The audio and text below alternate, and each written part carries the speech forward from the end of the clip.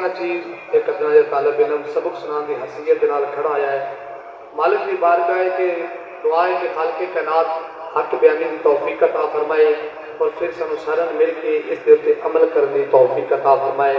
محمد والے محمد دی بارگاہ کھڑے ہو کے میں صرف عظمت آل رسول دے حوالے دے نال چند منٹ حاضری پیش کرنی ہے.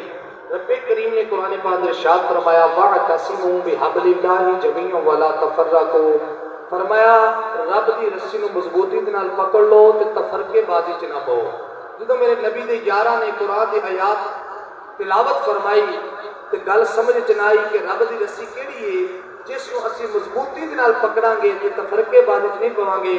میرے نبی دے یار اٹھے حضور دی بارگاہ تشریف لے ہاتھ بن کے دی یا رسول اللہ تھوڑے قدماں تو ساڈے ماں باپ قربان جاون سونیا قرآن پڑھیا پر سمجھ نہیں آئی.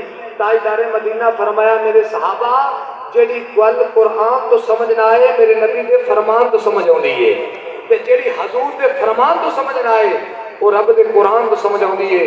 تاجدار مدینہ فرمایا صحابہ رب دی رسی کو ہور نہیں فرمایا ایک قرآن ہے دوسرا میں مصطفیٰ دی آل ہے. ایک سوال پیدا ہوتا ہے کہ حضور نے قرآن دا ساتھی آل ہی نو کیوں فرمایا صحابہ نو کیوں نہیں فرمایا. تاجدار مدینہ جانتے سن کہ صحابی بندہ میں مصطفیٰ نو ویکھیا جس نے تحری نظرہ دے نال تاجدار مدینہ دی زیارت کی تھی زبان دے نال کلمہ اقرار کیتا حضور تے ایمان لے کے